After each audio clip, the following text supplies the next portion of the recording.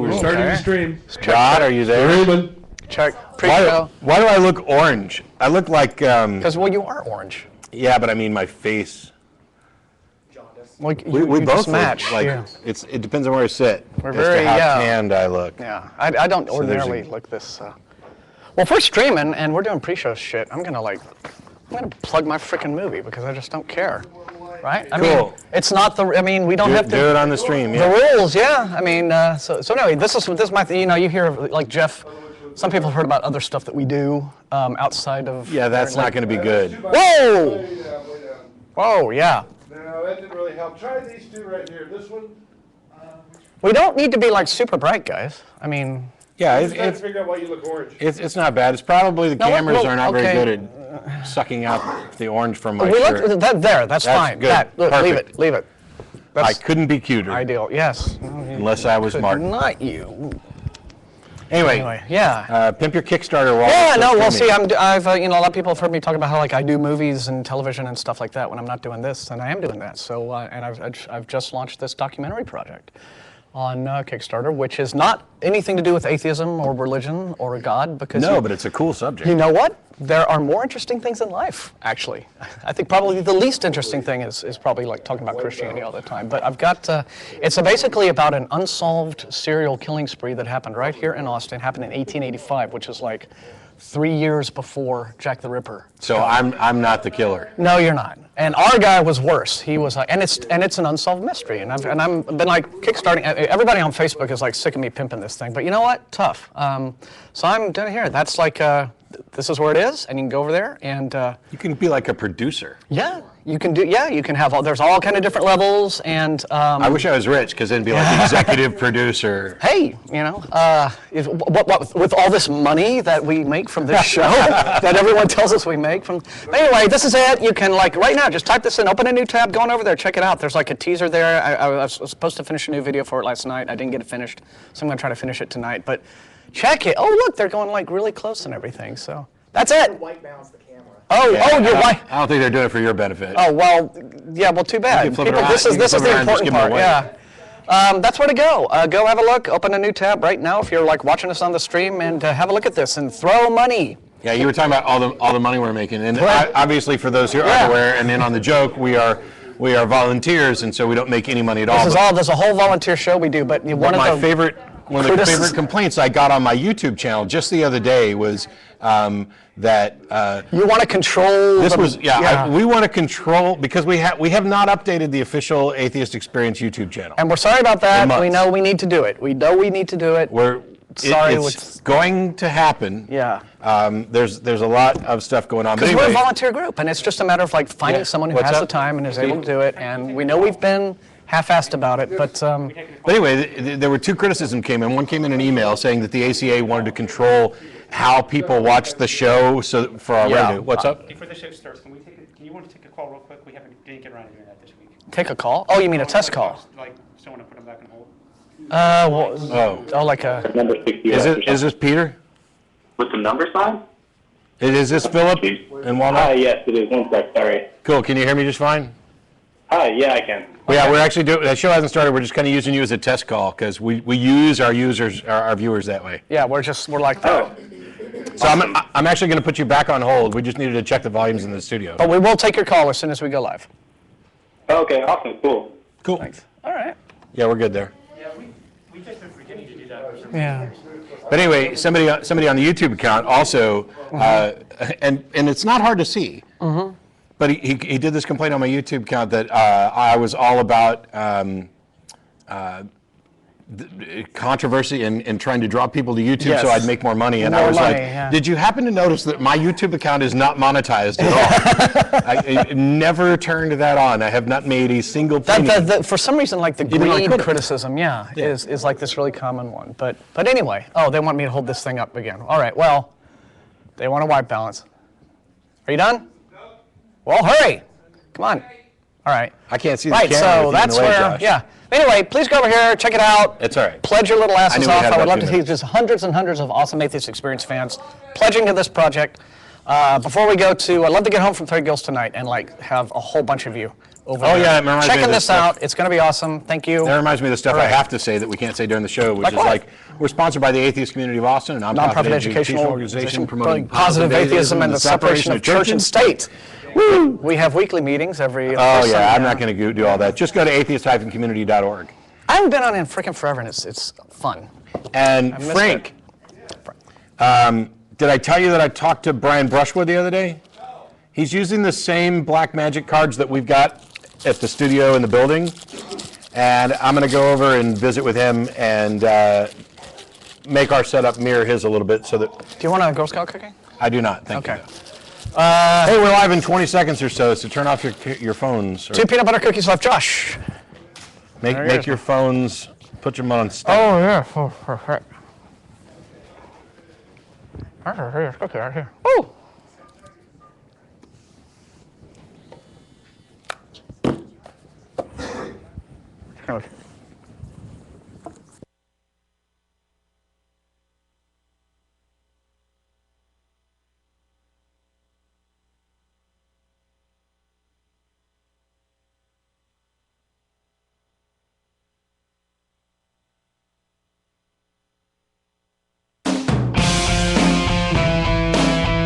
Won't you listen to reason?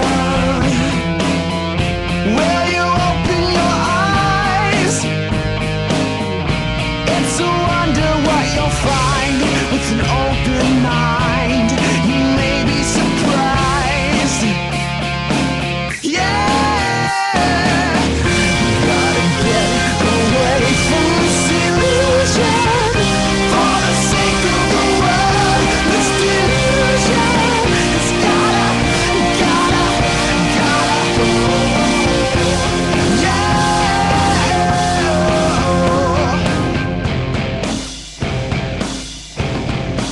So, honey, Martin Wagner's here with me today. It's January 20th, 2013. 2013. Is this? I don't think this isn't my first show of the new year. It might be though. It might be. I was gone for quite a bit. Well, mine as well. I might have I'm done glad one a we're couple doing our weeks ago. first show of the new year together. They all merged together, and I forgot to ask you if you had anything in particular you wanted to talk about before we jumped straight into calls. Well, no, I mean, I talked about my thing that we can't talk about on the Yes. show, which was the important thing, but I did that. But here's the thing. I got some Girl Scout cookies Can't talk and about have been those either. sharing. Oh, well, no, I've just. That you were gonna share them here. I'm not hawking them, but I brought them to share with our lovely studio audience and crew today because there has been, this Christian anti-Girl Scout pamphlet that's been sort of making the rounds on Facebook. People have been sharing it. And it's really hilarious. It's like the list of all the reasons why the Girl Scouts are awesome are the things that the fundies think are incredibly evil. And so I just I saw some Girl Scouts out in front of Walgreens today, and I grabbed some cookies, and I've been sharing them with everybody. So yay, Girl Scouts! Yeah. See, fundamentalists love the Boy Scouts because the Boy Scouts are a nice, big, bigoted organization. They hate gays, they hate atheists, and they hate Yeah. they hate all the right people you're supposed to hate if you're a good American Good Christian. for But them. but the Girl Scouts, it's all of the horrible, abortionist, lesbian feminazis Yes. who are out to program, So I'm just like, hey, boy, you say that like those are bad things.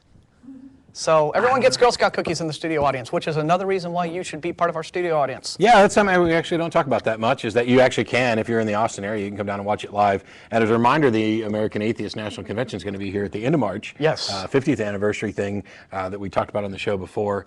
I'm not exactly sure what we're going to do, whether there's going to be a regular show during that, or whether we're just going to be too busy with other stuff.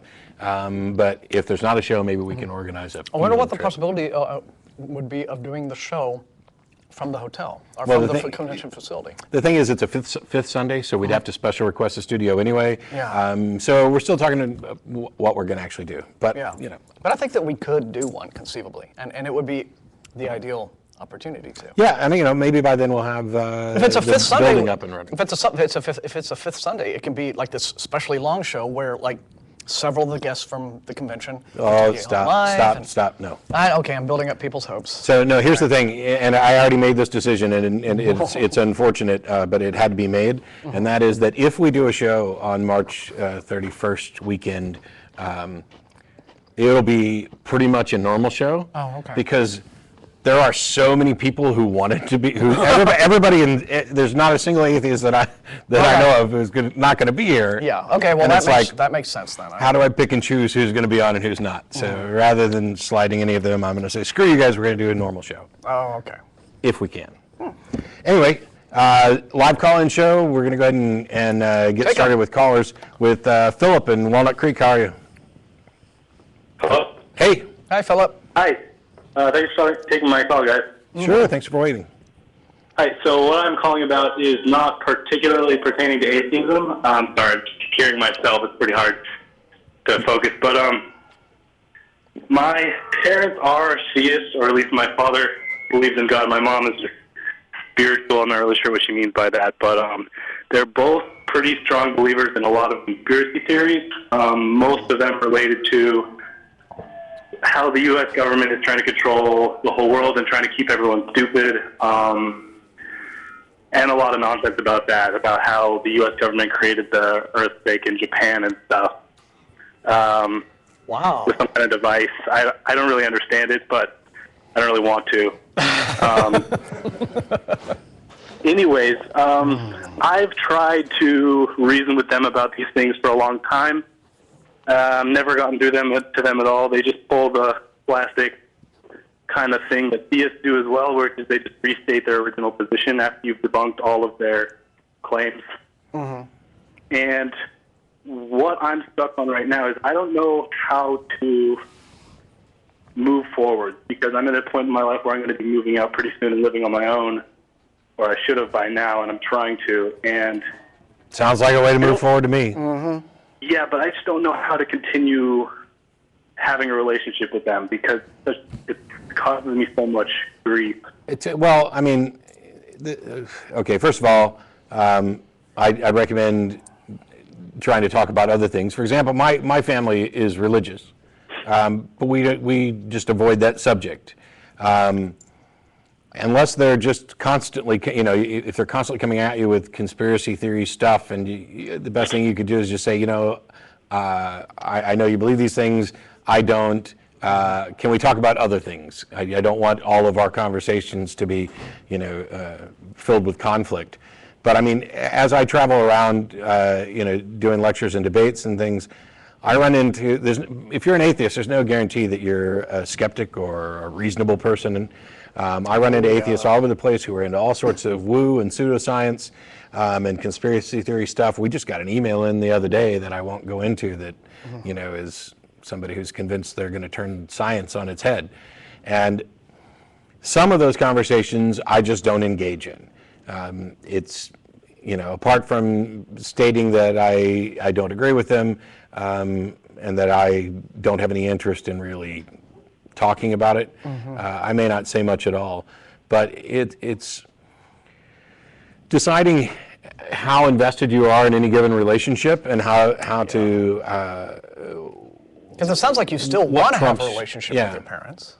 Well, I do. It's just the problem is that it comes up with pretty much everything. I mean, most of their discussions between each other are pretty much complaints about the world out of pure ignorance. Like how you can't work on modern cars the way you used to be able to work on cars in the 30s because they have all these conveniences, and they think that it's because the car company, as if we're just 5 people in a room deciding this, all decided that they don't want people to be able to work on cars, so we're going to make them really complicated. Well, I don't know that they're completely wrong about that. Sure, but my point is that they're pretty much, that's their angle on everything, is from them out instead of the world comes into their perception. It's their perception first. Yeah, and I mean, if they're not willing to accept that, for example, mistakes are more likely than a grand conspiracy. That ignorance and incompetence is a much more likely explanation for some things than an extremely competent conspiracy. I don't know what to say. And it may just be, I mean, you've got to decide at what level you're going to engage, but there are some people who, unfortunately, are probably beyond reach, that they're too invested in what they believe, and their critical thinking skills not only didn't develop properly, but developed improperly, such that all of the things that they think about fall into this kind of, pattern recognition, therefore, truth conspiracy. And tying into that, one of the the interesting things that you often hear from conspiracy theorists and people who think along those lines is that they, of course, see themselves as being the great rationalists and skeptics. When, in point of fact, what they've done is they've become so far gone in their own way of thinking that they see they're confusing skepticism with denialism, for example. This whole idea that, if anything that's the official story about anything now just simply has to be wrong or some sort of nefarious lie simply because it is the official story. It's this kind of hyper-skepticism that skepticism that goes beyond rationalism into this new form of strange dogmatic thinking. It's kind of gone over the top and back all the way down and looped around the other side of irrationality. So it's if they are in fact that far gone, and it's to the point where it's affecting your ability to just have a normal day-to-day relationships, like where you can't talk about anything at all. So, boy, it's a really nice breeze out today. Yes, well, it's because the government mandated wind machines that are controlling our minds, or if it's that ridiculous, you may just need to move out, break away, let them miss you for a while, and come back to it. As Matt said, some people just, you can't reach them at a certain point. Yeah. I mean, I hope that's not that way, but. Yeah, it may be. We don't have a good answer for you. You're going to have to figure out how to interact with your parents. Yeah, I knew that when I called. That you guys can't really give me any definitive answer on something like this. But you're not alone. Yeah. And look for other people who are dealing with similar situations. Is often one of the. Because a similar best question that ways we to get sort it just out. from a lot of atheist viewers is not to deal with this, but it's the basic question of how do I come out as an atheist to my family? Because they're all religious, they're all Christians, I'm the atheist, how do I let them know? And so this is a similar thing to that. I think that it just, us not knowing exactly the dynamics of your relationships with your family and how close or estranged you might be, we could maybe at best give some general suggestions, but ultimately it's just going to come down to you're there knowing how hot or cold the water is, and we can't really, beyond that. I wish there was a one-size-fits-all solution to breaking through, but there's not. No, that's all right. Thanks for thoughts. Give me stuff to think about. Sure. Good luck. Yeah. And hey, if you find a way, or if you find out what works for you, don't keep it to yourself. Share it for the other people who are in those situations. Yeah. Mm-hmm. But thanks a lot for calling, Philip. We appreciate it. Yeah, thanks for taking my call. All right. Bye-bye. As a reminder, once the show's over, we get together and go to Threadgill's for dinner. There's the address. For noms. Can't tell you what to do with that information. Couldn't ask you to come down and join us or anything, but we'll be there. Yeah. So if you did that, it would be just you doing it of your own accord. Who knows? Yes. Anyway, Kenny in Elk Grove, how are you? Hi, Matt. First, the only time I got to talk to you was way back on episode 721, and you and Beth just a gay show. What's that? You're cutting out. Oh, I'm sorry. We had a pretty nice. Let me get off my. Okay, is this better? So far. A little bit, yeah. Okay. Well, I'm in my home office. Last time we had a bit of a problem with this. Okay. Oh, you're fine now. Okay, good. Anyway, Beth was on your program. You guys were engaged, and I didn't know that's who that was, and I wasn't watching this on my screen, so I want to congratulate you on your marriage. It's a bit of a late congratulations, but I think that's great. Thanks. You want to say thanks, honey? She's nodding and waving. She's waving. While doing her crocheting. Anyway, you and I discussed the authorship of Gospels. We had a bit of a tizzy, and you hung up on me. And I hadn't been able to get you on the phone since. Okay, well, you got me today. I won't promise that I won't hang up. I'm changing the subject today. I want to talk about science. Okay. Science. So why would all right, go ahead. I'm always curious when people call in to talk about science because you do realize this is a public access TV show, and neither one of us are actually scientists, so it's kind of... We guys do talk about creation, evolution, controversy a lot. Well, only one of those two is science, but yes, we do talk about that. Well, Anyway, what's your question? Okay, well, basically, there's a scientist named Paul Ramdor, German scientist, R-A-M-D-O-H-R. And he was the chief mineralogist at the University of Heidelberg in Germany and head of the petrology department there. Okay. And he wrote the standard international work on the microscopic study of minerals called the ore minerals and their intergrowths. And he wrote this paper on radioactive fracturing. And it was later reviewed by Bob Gentry because he identified radioactive minerals being in the rock due to radio halos, and so he wanted Bob Gentry to look at his samples and read his paper and give his opinion. And so I talked to Bob Gentry on the phone in the 1990s when I was debating creation and evolution on the Prodigy Online service. I'm one of the reasons why they closed that service down because of all the extensive writing we did on the bulletin boards there. Well, that's a good feather in your cap. The atheist evolutionists, we pretty much closed it down. Oh, you did, huh?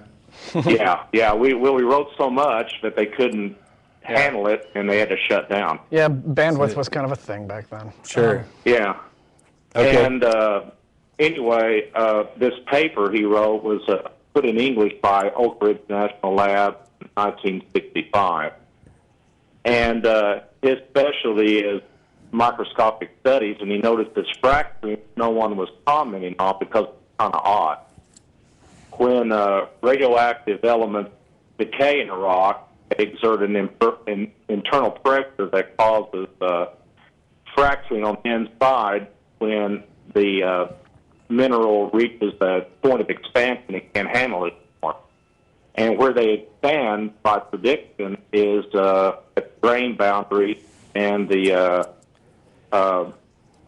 let's see what's called that, grain boundaries and the cohesion. Okay. Is this the C decay argument? Or a different thing? No, okay. this is No, something that's, you have never that's heard speed of of. light. I'm sorry. Okay. Keep Well, going. I've heard of this halo stuff before, but I'm trying to figure out what you're getting to, and can we get to it quicker? Okay, well, they predicted that that's where the fracturing should be, is the grain boundaries cohesion minimums. That's not where we find it.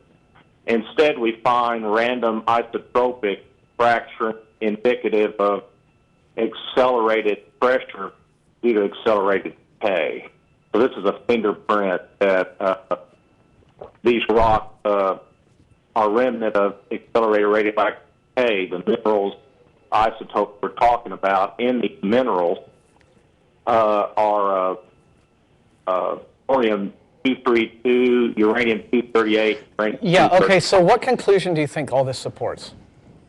Well, things aren't as old as radioactive decay indicates because it was accelerated in the past.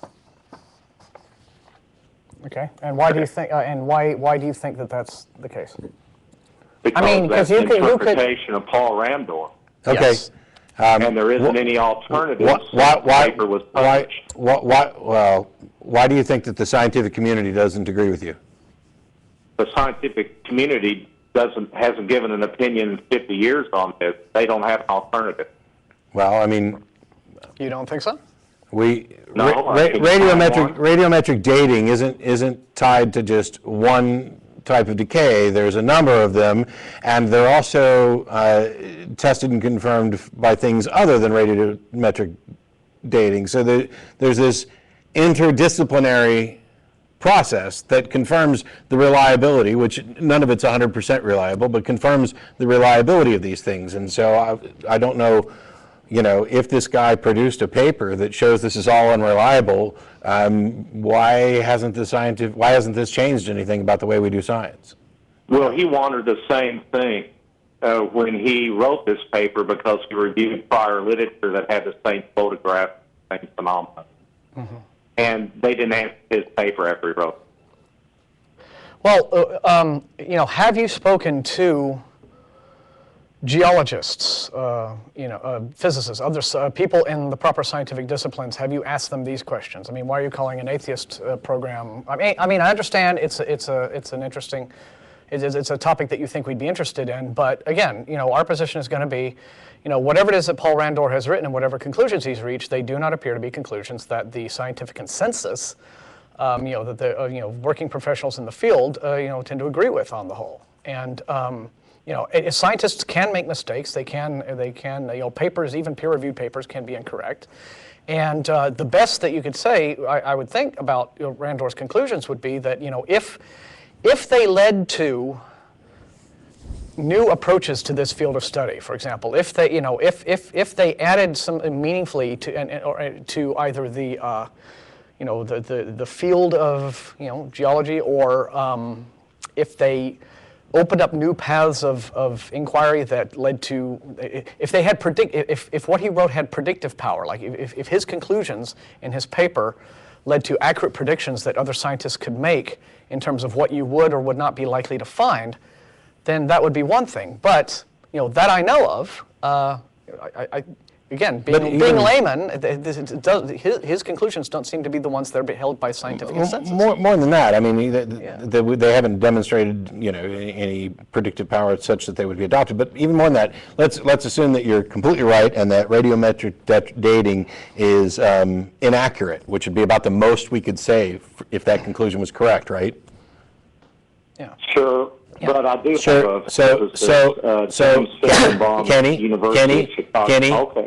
Kenny, that was a yes, no, so I could ask this. If all we could really say is that it's unreliable, we haven't done anything, not one thing, to demonstrate that the dates are wrong or that your proposed dates are right. At most, you've just demonstrated that you've got an unreliable tape measure. Well, to answer the question that was later asked by Martin sitting next to you there, James Fingebaum, University of Chicago physicist, doing his PhD dissertation on the hydrogen atom. This was given to him on the Prodigy Online service as part of my debate. You're talking about a scientific paper from 60 years ago and an online discussion on a service that hasn't been active in 20. So we're not exactly at the cutting edge. I don't know exactly what you're proposing or how you're what it is that you think you can demonstrate. Well, these rocks are on every continent of the planet. Oh, yeah, but I mean, And obviously, we had a accelerated radioactive decay event. I mean, how do you measure the accelerated radioactive decay of the potassium argon melt? I just explained to you that at most what you're saying is that we do not have a reliable tape measure, and yet somehow you think that you are able to accurately measure absent a reliable tape measure.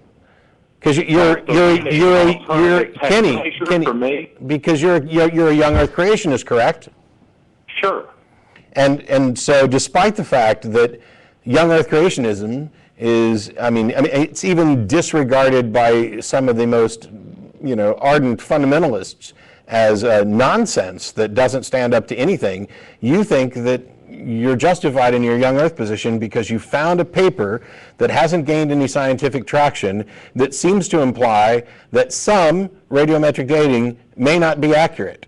And this is sufficient to justify young Earth creationism? This is the kind of thing that unfortunately we see coming from the creationist camp quite a lot, which is this cherry picking of data. You'll find a paper or a discussion or one particular scientist who published or wrote or said something sometimes decades in the past, as Randor has done, and you'll say, here, this is it, and you'll wave that around as being the thing that settles the issue, when it's not. It's cherry picking of data, and there is, I think that if you look around to find, instead of finding that the scientific consensus has no alternatives to Randor's conclusions or no other explanations for things, you may very well find that stuff is out there if you weren't just laser focused on the thing that seems to support the conclusion that you've already come to, which is that we have a young Earth. This is exactly the sort of thing that happens when people say, oh, I'm going to go poke holes in evolution and that's going to prove creationism. No, it won't.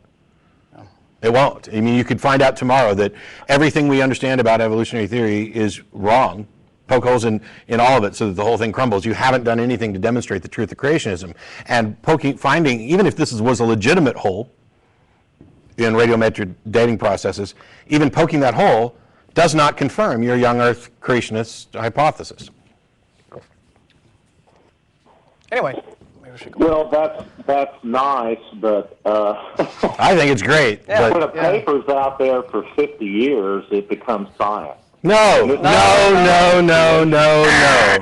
Error, foul, wrong. You have failed, and I'm kicking you back to remediate science 101. Yes. The length of time that an idea has been out there has no bearing on whether or not it's true, and especially when you're pointing to a paper that's been submitted and rejected, just because it hasn't been rejected. How much more can it be rejected? Yeah. I mean, should we wait another 50 years with it still not being accepted, and now it's really science? Come on now. So you don't believe that there's a possibility that since about 1940s, and this paper was first published in Germany in the late 1950s, that maybe there was a little bias against papers against radioactive dating since it became the absolute dating method back then? So basically, you took believe there's politics in science? Kenny. Basically, you just took my response, which had nothing to do with whether or not there was bias or error or anything else, and turned it into an accusation that I don't accept your conspiracy theory that scientists are out to shut down proof of creationism.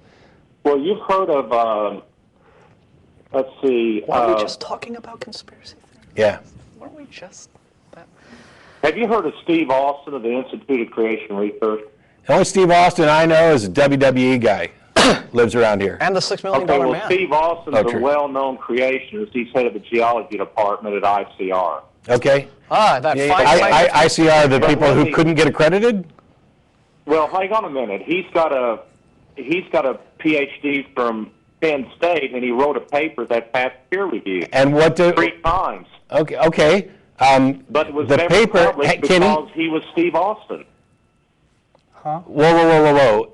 You want me to tell you what the paper was? Kenny, we're back to this. Kenny, you simultaneously just said that he was peer-reviewed 3 times but never published. How the hell does that happen? Yeah.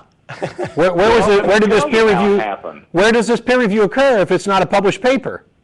Well, if they told him that they would publish a paper and then change their mind later from an editor... So it wasn't peer reviewed. Maybe because then it didn't he was withstand sued. peer So review. they said any publisher can refuse to publish a paper Yes, even yes. if it passed And if peer it doesn't review. get published, then it didn't get peer reviewed. Or it didn't withstand peer review. No. It was peer reviewed 3 times and they didn't publish it and wrote him a letter saying, we will never publish your paper.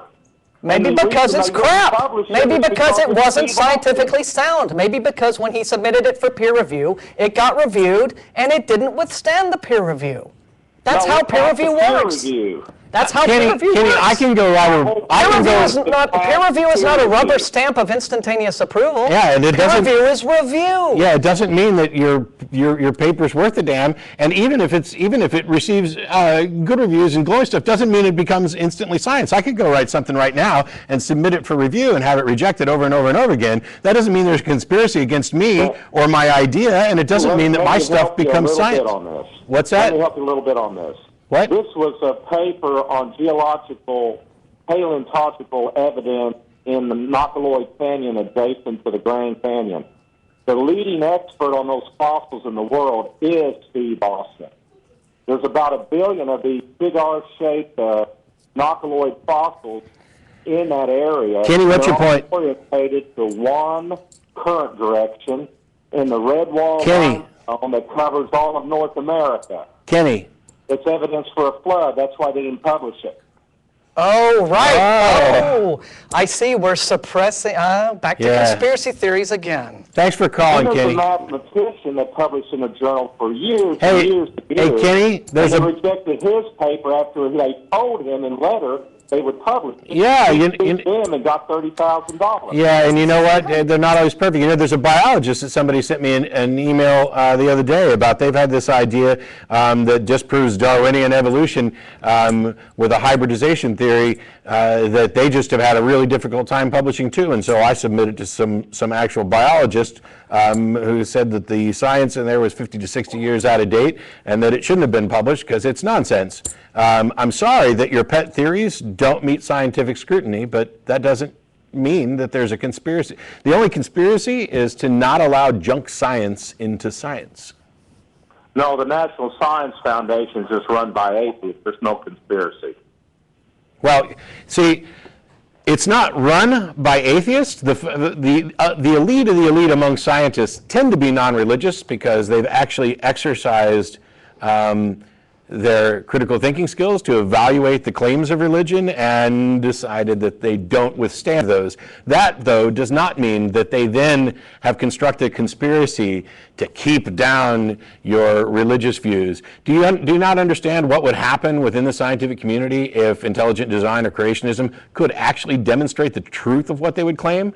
I mean, you're talking about tons and tons of money, Nobel Prizes, Templeton Prizes. Well, where's the Templeton Prize for these guys, by the way? Templeton's already on your side. They're not even taken seriously by any science group, and they're handing money out left and right. And yet... Well, what about the Templeton Prize to the physicists that discovered that there's an outside influence on the universe? Yeah, I just said the Templeton Foundation is not considered a scientific organization. They have an agenda. Oh, I see. Sorry. I didn't hear it on the phone right. Yeah. Anyway, thanks for calling, Kenny. I thought Eugenie Scott, Executive Director of the National Science Foundation, was an atheist. Eugenie Scott is a non-believer. But Kenneth Miller, who is one of the world's leading evolutionary biologists, is a Catholic. Is a believer. So religious belief or bias has no bearing on what it is that a working scientist discovers about science. But anyway, none of this makes any difference. Should not have a bearing. None of this makes any difference. You're a young Earth creationist, and you are convinced that there's some conspiracy to keep out the evidence supporting young Earth creationism. I'm not. I don't know what else we can say. Well, if you're going to say on your program that creationists publish in their own literature because they can't publish in the scientific literature, and they turn around when there's evidence given that they're not allowed to. No. Oh, well, again, that's false. That's the sob story that they try to sell the gullible public. Yeah, when you go out and create your own, when you're not even a creationist, there's nothing wrong with his paper. Kenny, when you go out and create your own journals because you can't get into reputable ones, that tells us a lot about what you're proposing. Yeah. Now, you can spin that as a conspiracy that all the reputable scientists and all the reputable scientific journals have somehow gotten together and decided, no, all these people who are offering what some people would call junk science, we're going to shut them down. And it's just nonsense. And this is a common refrain, right? And the whole conspiracy thing, it was the central theme of that stupid movie Expelled. It was it's the central theme among conspiracy theorists in other areas, people who believe in the Illuminati and rubbish like this. This whole idea that, the mainstream, they actually do know the truth, but because some agenda that they have to stay in power or whatever it is, they have to suppress the truth. So whenever some bold, truth-seeking, real scientist comes along and presents the evidence for, God or young Earth or a flood or what have you, it's immediately suppressed because we cannot. It's utter rubbish. But of course, it plays to people who have spent their lives not learning how to think critically and watching things like X-Files, and it's a really great emotional appeal because suddenly you can sell yourself as being the underdog or the victim of the bullies, and but it's all rubbish, really. The simple fact is that if there were evidence for a young Earth that was solid, anybody could present it, the scientific community would check it out. Scientists change their minds about things all the time. I mean, we're constantly changing our minds about what we think we know about the universe. I mean, recently it was discovered that the universe expanding at a much, not only at a much faster rate than we originally thought, but it's actually accelerating. That's interesting. Don't really know the cause of that. Science is all about learning new and amazing and bizarre and strange things. They love that. They're not like, we found a new and amazing and bizarre and strange thing. Let's pretend it doesn't exist because we're really comfortable here. Yeah, that's just not how they thing work. The age of the universe, by the way, is not contingent on the radiometric dating that you're talking about. Those things are in the timescales related to Earth. The fact that the universe is 13.7 billion years old and that we can get it down to a really fairly precise number. You're suggesting that it's 6 to 10,000 years old. There's several orders of magnitude difference between those two. It's young Earth, a young universe is one of the most laughably ridiculous concepts in the face of the actual evidence that we have, which is why even Answers in Genesis, who are bizarrely goofy in their creationist beliefs, don't advocate for it. So, anyway. But thanks, Jenny. Yeah, we're going to have to move on now, but thanks a lot. Take care. Okay, bye-bye. Got it. Well, I think he took that very well. Well, that's all right. So, is it Allie in Brockton? Yes, it is. Hey, how you Hey, doing? thanks for waiting. Yeah, sorry, thanks for being patient. No, thank you. I'm actually calling in today to hopefully bring some light on plight of a friend of mine. His name is Abdulaziz Mohammed El-Baz. Yes. And we run an atheist video blog panel show in Arabic, where we kind of take on Islam and pretty much do the same thing that you do, but pertaining to Islam. And basically, Abdulaziz has been jailed in Kuwait for blasphemy ever since. He's been in jail for since December 31st, I believe. Wow, okay. And he faces up to 5 years in prison for mild things said on the show and some things that he said on his own blog. And basically, we're trying to shed some light on his plight. We think that the country of Kuwait can be pressured with enough noise into letting him know. The emir, about 6 months ago, vetoed a bill from Parliament that would have upped the penalty to death for blasphemy.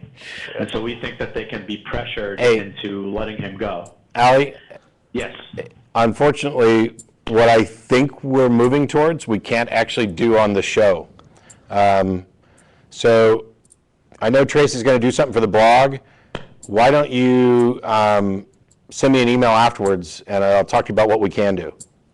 Yeah, there's a certain degree of advocacy that's like not allowed on live on the basis of the rules on Channel Austin, but yeah, I do that, and then we'll just let everyone know, because we always post to the blog post show, and but we definitely want to shine some more light on this, because this is like it's absolutely insane to me that in the 21st century you can be imprisoned for in offending imaginary beings. We need to move beyond that. Just a couple of questions now. Now, this young man, I mean, he's a Kuwaiti, right? I mean, he's a citizen of... He's actually an Egyptian living in Kuwait. Okay, so it's not like they'd be terribly sympathetic to... but, I mean, what sort of, like, what we'd like to know when you write us and when you give us the information is just what kind of, like, political pressure, like, talking to, people in Washington about, acting on this. We'd like to know some more about, what can be done along those lines. Absolutely, absolutely, and obviously, I just also wanted to say that this is not a one-off case. There's a trend in the Middle East as of now of rounding up atheists for blasphemy and other minor imaginary crimes, as we would call them here as atheists. Yeah. Pretty much everywhere else. And there are plenty of people in America who would like that to be the law here. Facing even harsher penalties in other parts of the world. Yeah. Yeah. It's there's that old bumper sticker that I like, that blasphemy is a victimless crime, and it turns out that blasphemy accusations, though, are not victimless. No. And yeah, so send me an email. We'll see what we can do, but we can't do what I think we're wanting to do. At least not like right here on the program. Fortunately, we have other programs and other outlets. Yes, we do. There's been some discussion lately of some people have been linking to, there's an article going around, I have yet to read it, I really want to, whether or not the internet will be this thing that finally kills off religion. Will religion survive the internet? Because it is this thing that has made it possible for, particularly in countries where, you keep your mouth shut or you die. for non-believers to have a voice. And the thing about atheists is, we're opinionated assholes a lot of the times, and we're proud of that. That's a feature, not a bug. And we come out and speak our minds, and we've really got a lot of this comfortable religious establishment, hiding under the blankets. And will religion survive the internet, and how long? That's an interesting question. Aside from all that, I also want to thank you guys. I personally, when I first became an atheist, watched your show a lot, and your show is one of the reasons that I decided to do something about it. And I think that you're right. The internet is going to have a huge effect. It already is. We're not the only ones that have noticed. Like I've said, every day there are now articles from sheikhs and religious authorities asking to round up the atheists. They're afraid that we're undermining Islam in general. And they're right. They're coming after us, but we're people like Aziz who know full well that things can happen to them. They don't care. They're staying strong, and they're speaking out. So I think that you're absolutely right about that. Cool. Well, thanks for the kind words. Definitely hit us up in email. We'll see what we can do that we can't do here. Yeah, we'll get cooking on the blog about this. I will. Thank you, guys. Thank you. Take care. Bye-bye. Thanks for writing.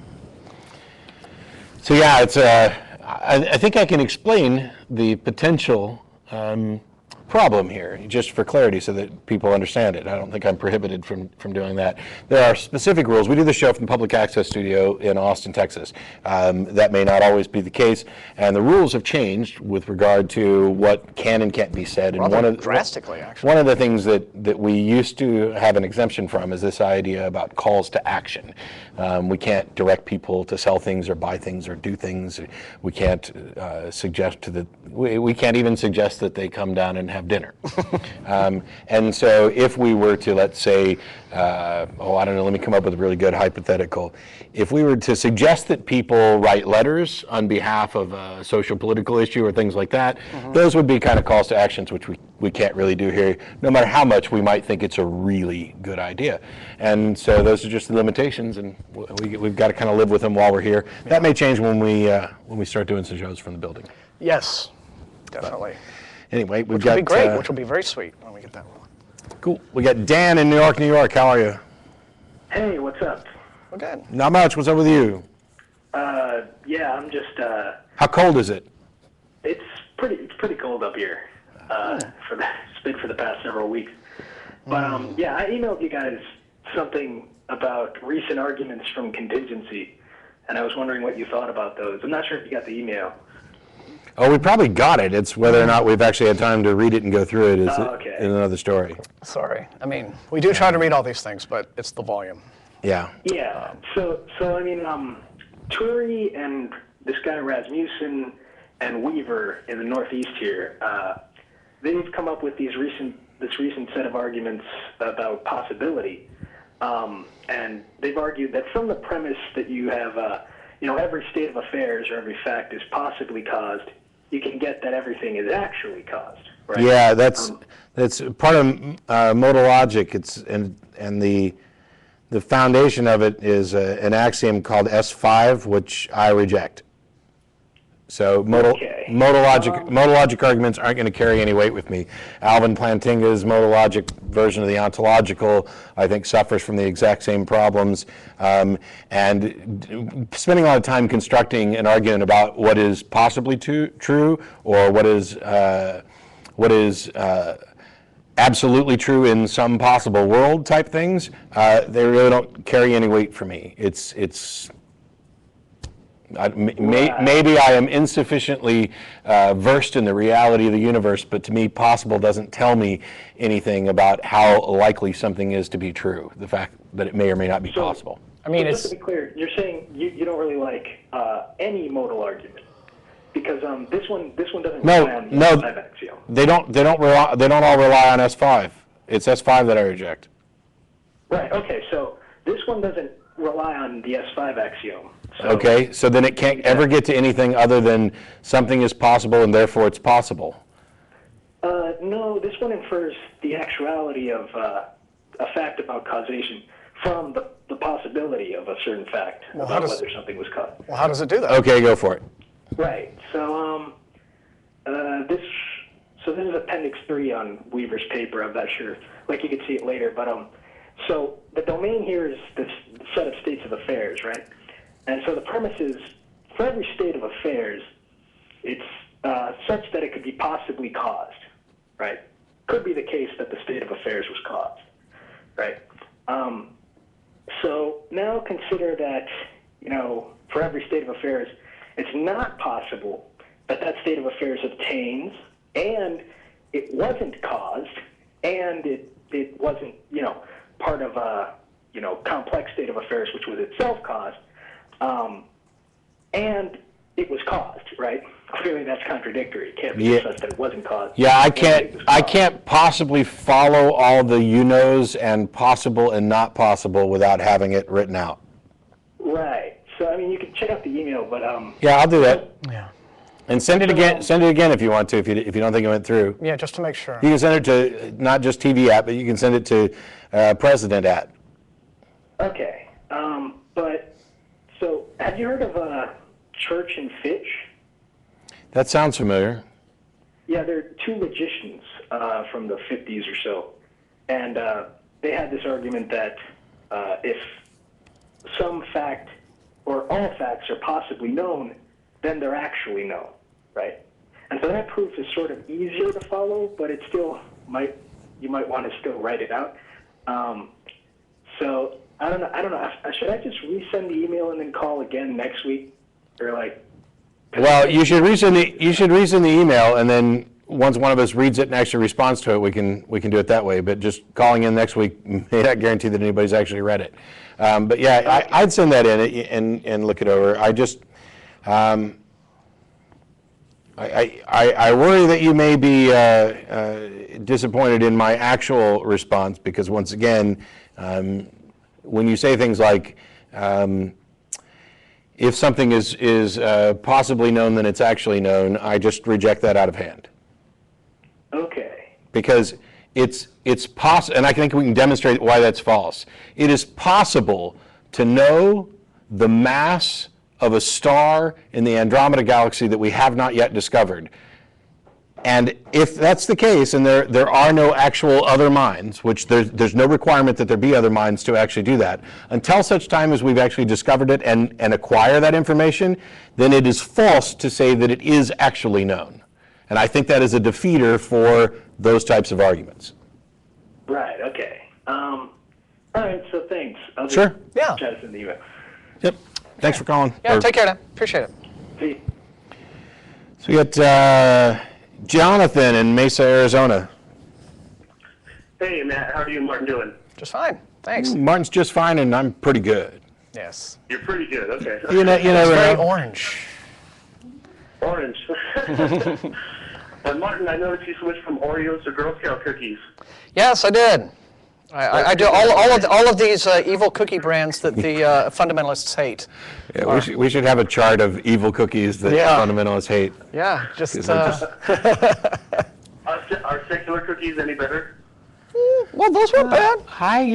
For For peanut butter sandwich cookies, you can't really mess those up. I've been to a lot of church socials with homemade cookies, and they're really, really good. So I'm not going to go out on a limb and say secular cookies are necessarily better, but I'm pretty sure that the cookies that they brought to church don't actually believe in God, so we could maybe claim them. Yeah. Implicit atheist cookies? Yes, even if they are heavenly. What do you got for us?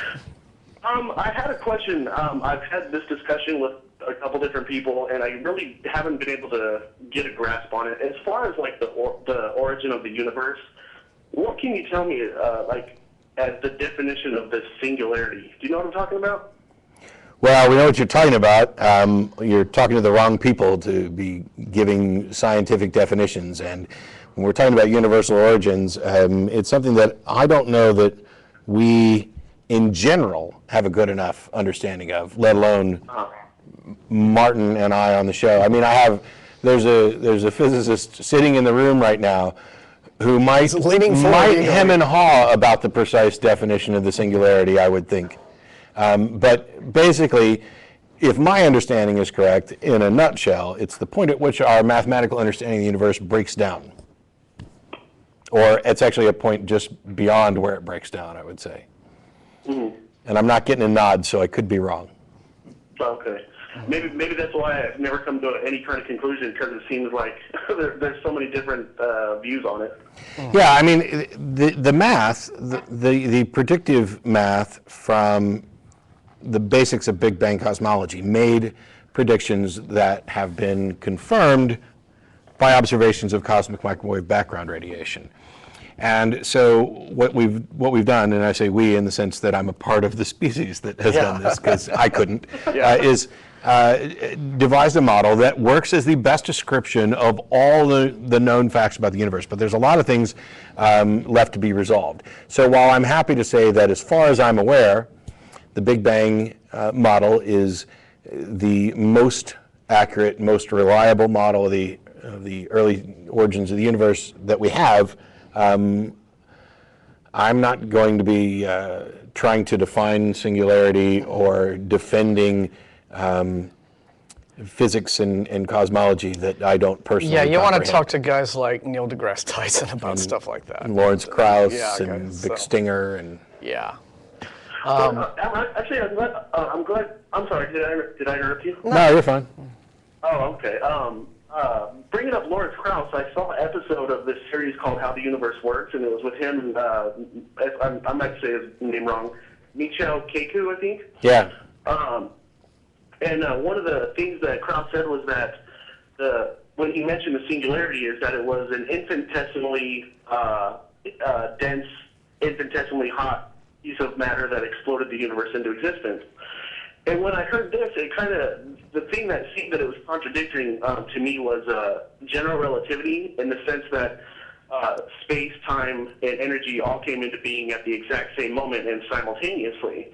And it seems to me if general relativity is true, and so far I haven't heard anyone say it's not, that this speck of matter couldn't have existed before the universe came into being. So that kind of seems contradictive, doesn't it? Well, there's also the before the universe being, that may not be a coherent concept of the time issue. because of the time issue. But, if you actually Google Lawrence Krauss's talk online called A Universe from Nothing. He gave it, I think, in 2009 in California at an atheist convention.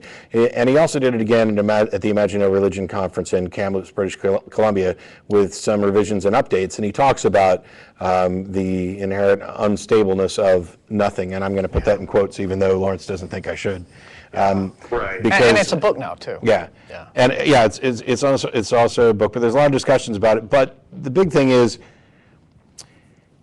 let's say that you don't understand it and I don't understand it. Where does that get us?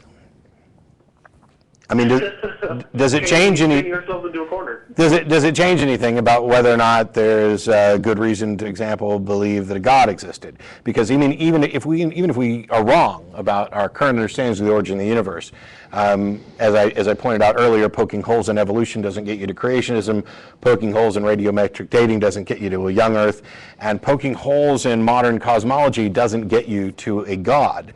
Those things actually have to be have evidence provided for on their own. So And that's kind of a false dichotomy, isn't it? yeah, at worst case, it would just be we're back to we don't know.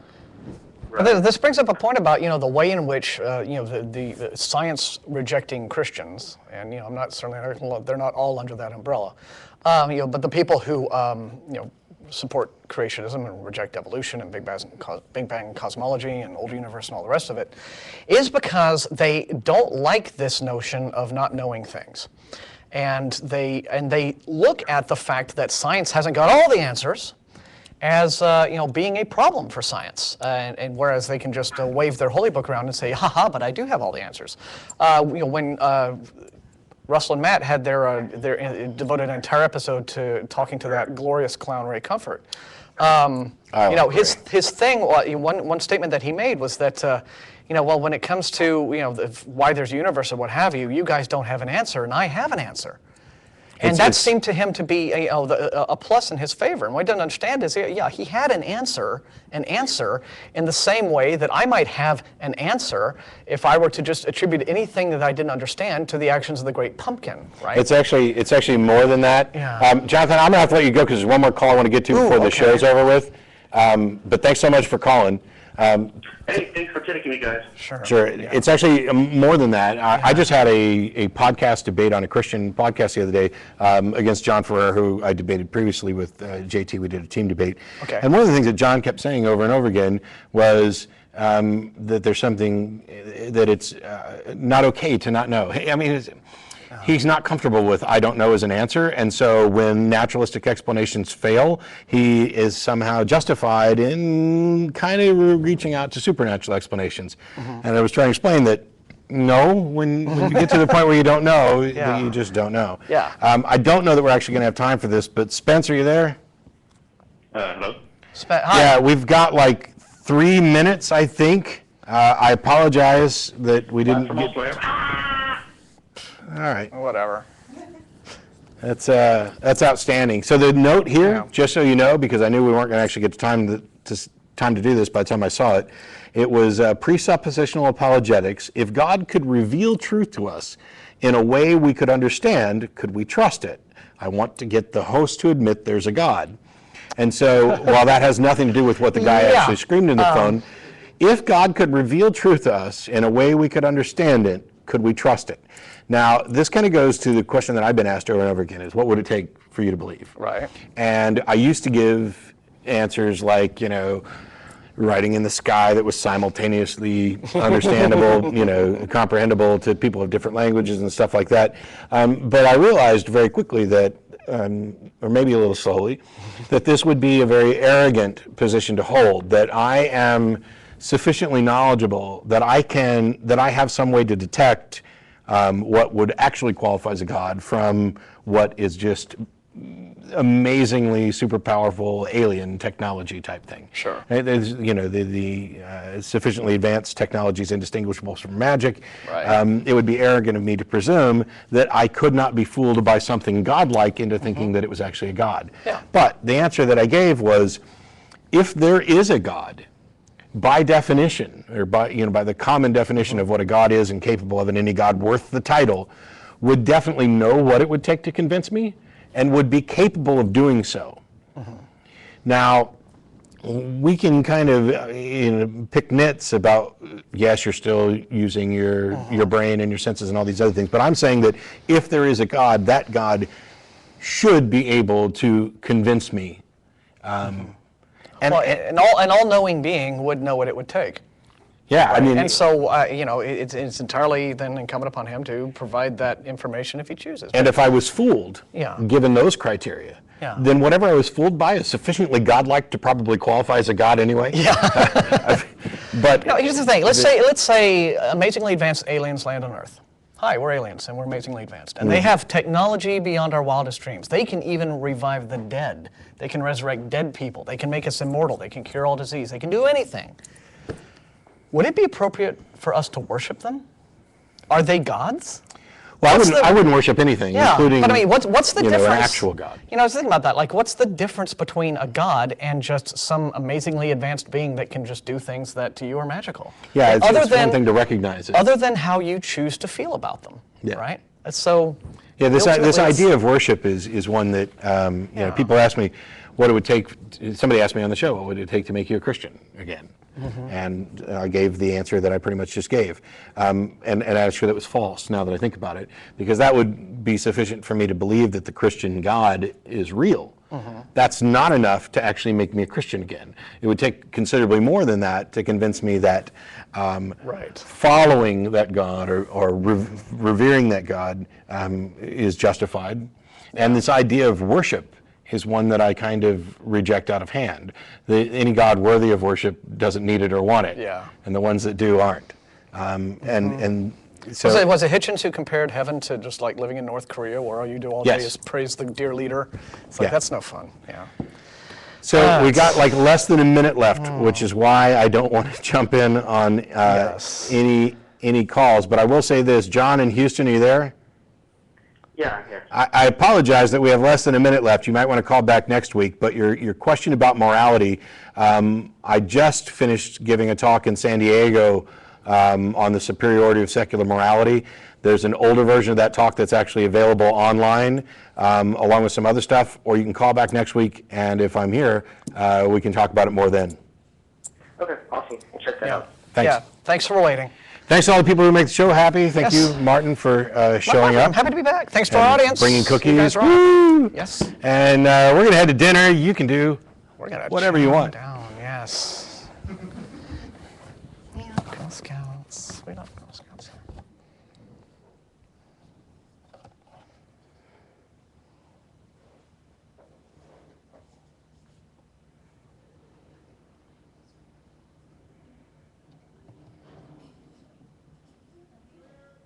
Yay. Well, so no piece of shit colors today, but it was a fun show. I enjoyed it.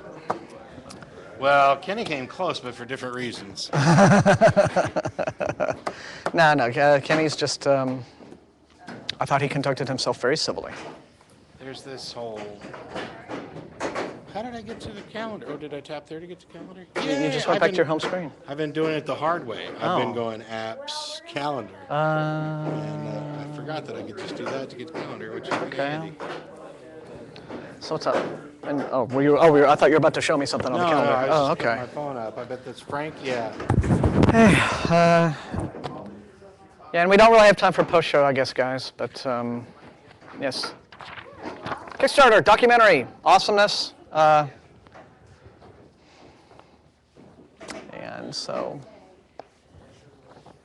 thanks to anyone who pledges to my film. I think you'll really enjoy it.